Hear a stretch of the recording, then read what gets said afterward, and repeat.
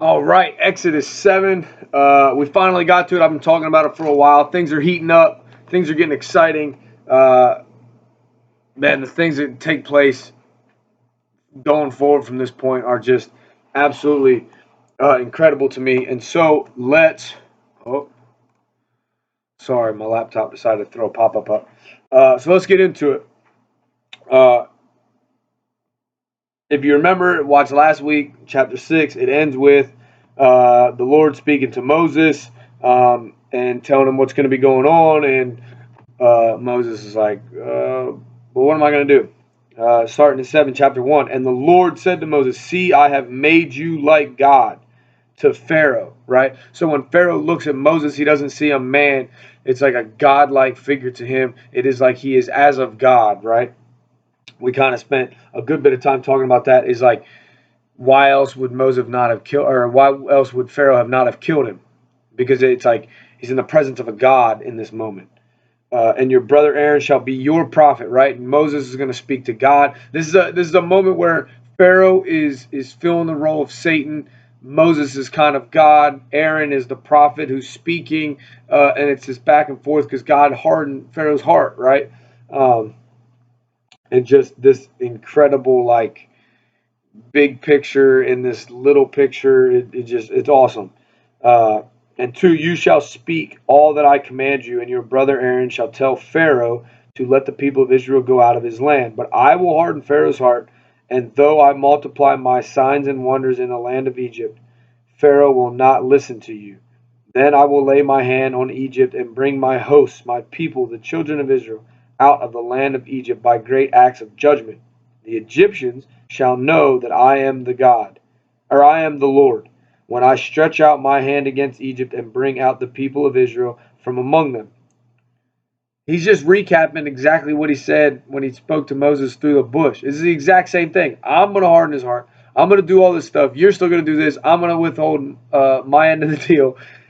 It's like, this is a perfect example of us, how much we need a constant reminder, almost minutely, to do what we're supposed to be doing. And 6, Moses and Aaron did so. They did just as the Lord commanded them. Now, Moses was 80 years old, Aaron 83 years old when they spoke to Pharaoh.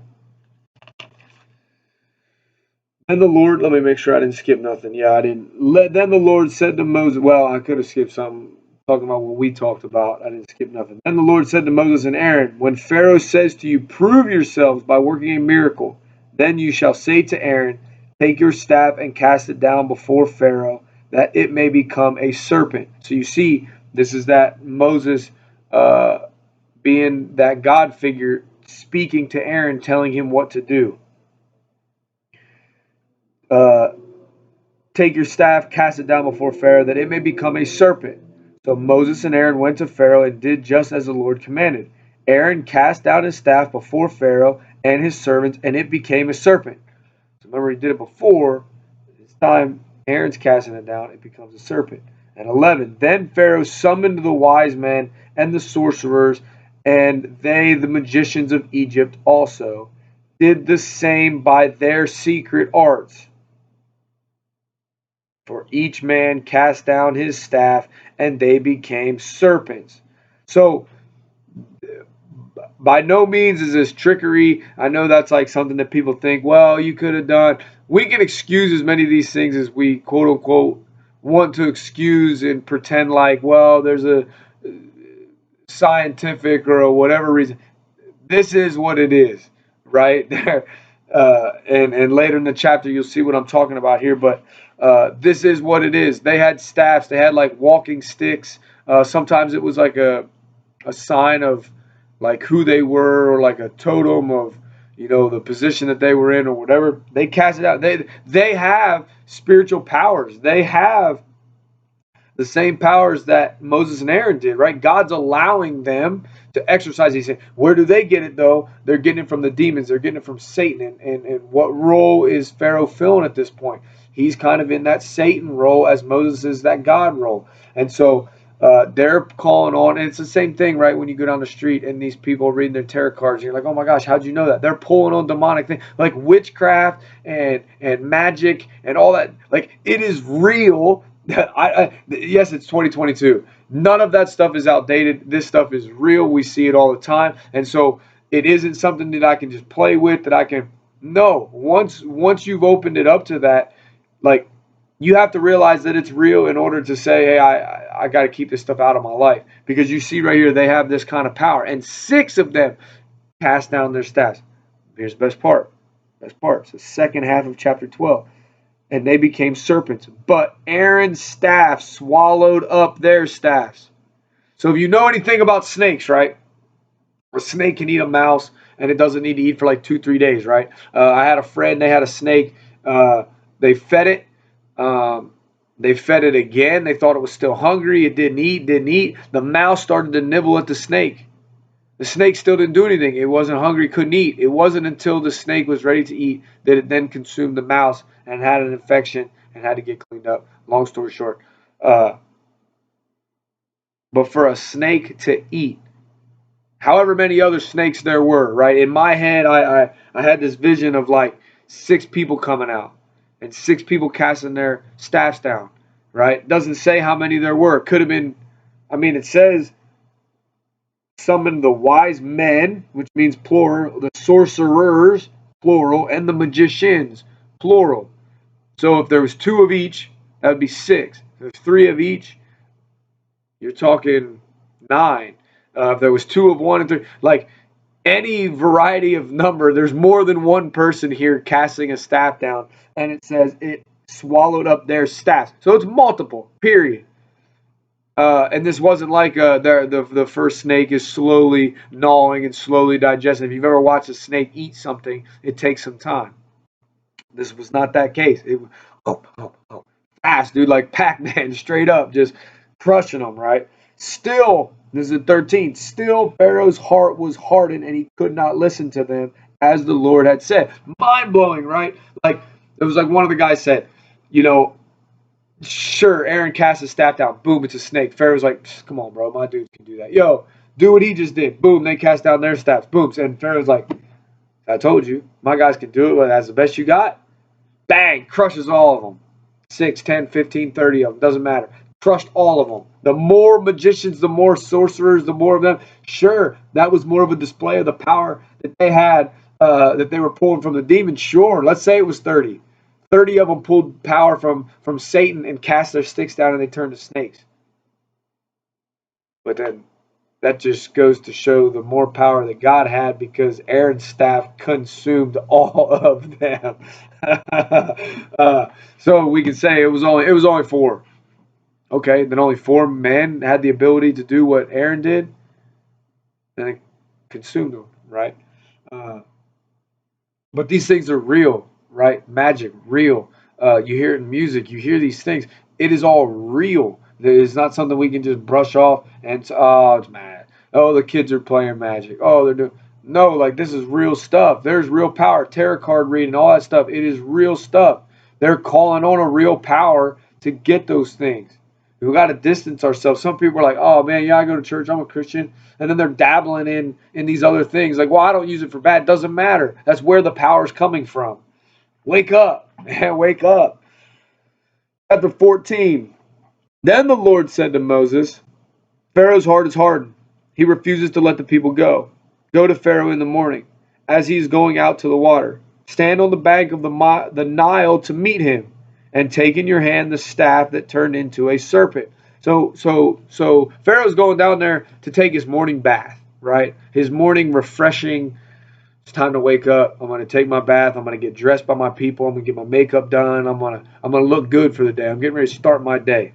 16. And you shall say to him, the Lord, the God of the Hebrews, sent me to you, saying, let my people go, that they may serve me in the wilderness. Let me just rewind for a second. In verse 16, it said, the Lord, the God of the Hebrews. It's important to say the God of the Hebrews because they had other gods, right? If they would have just said, God sent me to you saying, let my people go. No, Pharaoh's going to be like, no, he didn't. No, he didn't, because I was talking to him this morning, and they were praising me for being awesome Pharaoh. He said, the God of the Hebrews sent me saying to you, let my people go, that they may serve me in the wilderness. But so far you have not obeyed. Thus says the Lord, by this you shall know that I am the Lord. Behold, with the staff that is in my hand, I will strike the water that is in the Nile, and it shall turn into blood. Now, if we go back just a second in verse 15, to stand on the bank of the Nile to meet him and take in your hand the staff that turned into a serpent. It doesn't say just take your staff. That's an important part right there, because if we go back to these other verses where they had their serpents, the trickery aspect of this was, well, you can hold a snake in a certain way and it creates paralysis. And then the snake could just be stiff or limp. Well, here he's saying, so now you're telling me, if it was trickery, we're going to do trickery again. We're going to put our snake back in paralysis. But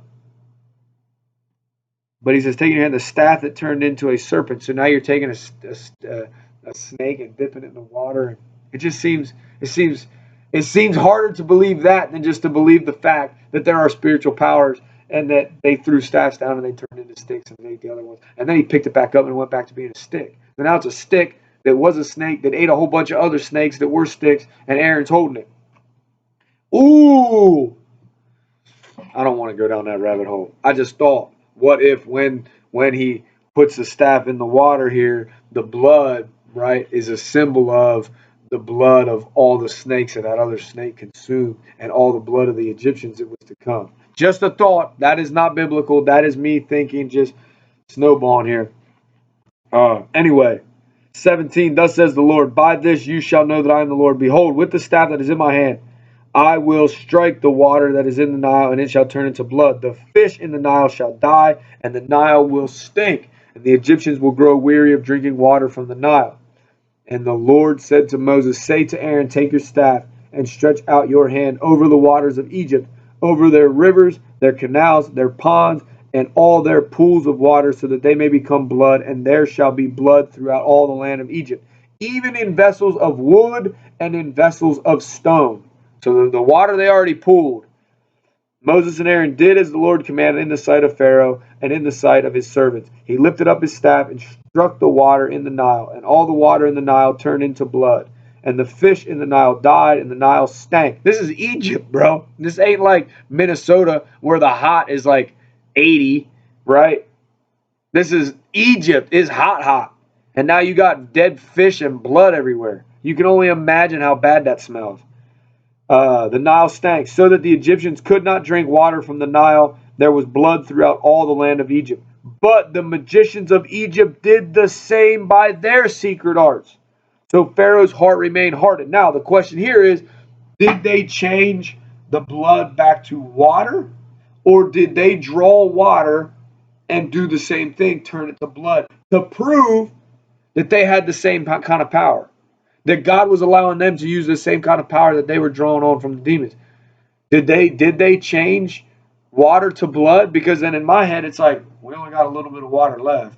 The Nile's blood, the pond is blood. This magician's got this little bit of water left. You know, everybody's thirsty. And he's like, boom, look, I changed it to blood too. And it's like, idiot. That was the last bit. Or were they changing blood back to water? I don't know. I mean, it says that Pharaoh's heart remained hardened because he saw that his people could do the same thing, right? It's just a matter of, I'm just curious as to which direction that went. Pharaoh turned, this 23, Pharaoh turned and went into his house, and he did not take even this to heart. And all the Egyptians dug along the Nile for water to drink, for they could not drink the water of the Nile. 7 full days passed after the Lord had struck the Nile. So I think sometimes when people hear about the plagues and they hear about these things that took place in Egypt, and when you watch your movies and the cartoons and the kids shows and all these things, it's like, well, day 1 he did this, day 2 he did this, and day 3, and it's like one thing right after another. No, it was a week. So the water turns to blood. A week goes by. And chapter 8 starts with the second plague. Then the Lord said to Moses, go into Pharaoh. Right? So a week went by. So the people are settling, they're chilling, they're getting comfortable. So yeah, I don't.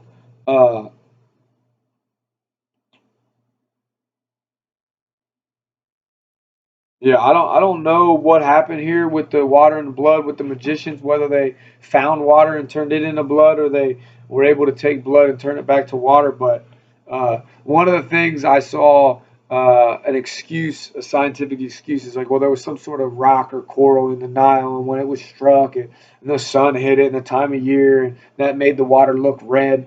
No, bro, they're talking about how bad it stinks, and then it's, oh, this coral stinks. The fish died, okay, but that doesn't excuse the water that was already in pots and pans and vessels and stored. And how did that stuff all turn like that? It couldn't have unless it was the power of God. Now, I don't know what the magicians did. I don't know how they did it, what direction that all went. But they did something. They're drawing on a power, a spiritual power. It has power. It's real. They're pulling on it. God allowed them to do it. He could have been like, nah, I just don't want to do it. But he didn't. He let them do it. And Pharaoh's ego's building up. And we're going to see down the road how that's going to go. Now, next week, we're not meeting. We got jiu-jitsu tournament down in Indy, so that's where we will be if we get around to doing something Saturday afternoon, depending on how long we're down there for the tournament. We'll try to do something Saturday night, but we will not be meeting Saturday morning, so if you're planning on coming, we won't be here. So there may not be a video next week. However, we won't be meeting. We might try to meet Saturday night. If I can get met Saturday night, I'll try to put the video up Sunday afternoon. We'll try to make something like that happen. But keep praying for us. We're growing. The forge is growing, taking care of. The Lord is providing and blessing us. It's going well. So just thanking Him for that and all the new faces around here. And prayer requests, I would say just boldness, courage, to walk like Moses and Aaron, dude. They straight up walked in there and act like bosses. So have that courage, that kind of courage all the time. That's all we got. God bless you guys. Enjoy your weekend. We'll hopefully see you on the mat.